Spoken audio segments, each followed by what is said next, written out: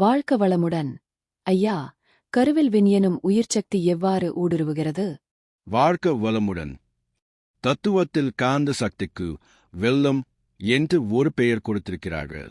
வெள் என்றால் தூய்மையானது.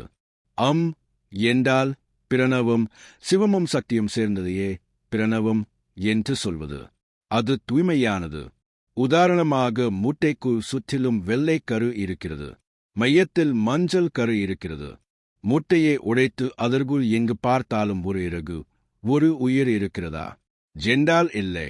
ஒரு எலும்பாகிலும் இருக்கிறதா என்று தேடிப் பாருங்கள். எத்துவும் இல்லை. ஆனால் அது குஞ்சாகி கொண்டு வரும்போது இந்த இறகு, உயிர் எலும்பு எதுவும் முட்டை ஓட்டிற்குள் நுழையாது.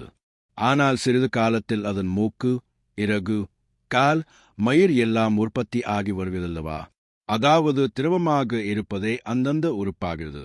ஆனால் அதில் அடங்கியிருக்கக்கூடிய ஜீவகாந்த அலையில் அந்த கோழி உருவாவதற்கான அனைத்து தன்மைகளுக்கான ப்ளூ பிரிண்ட் இருக்கிறது.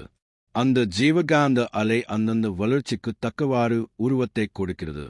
இவ்வாறு உயிரின் அலையான காந்தமே கருவில் ஊடுருவி பதிவை வெளிப்படுத்துகிறது. ஐயா, காந்த களத்தில் எவ்வாறு பதிவுகள் ஏற்படுகின்றன? வாழ்க்க வளமுடன்.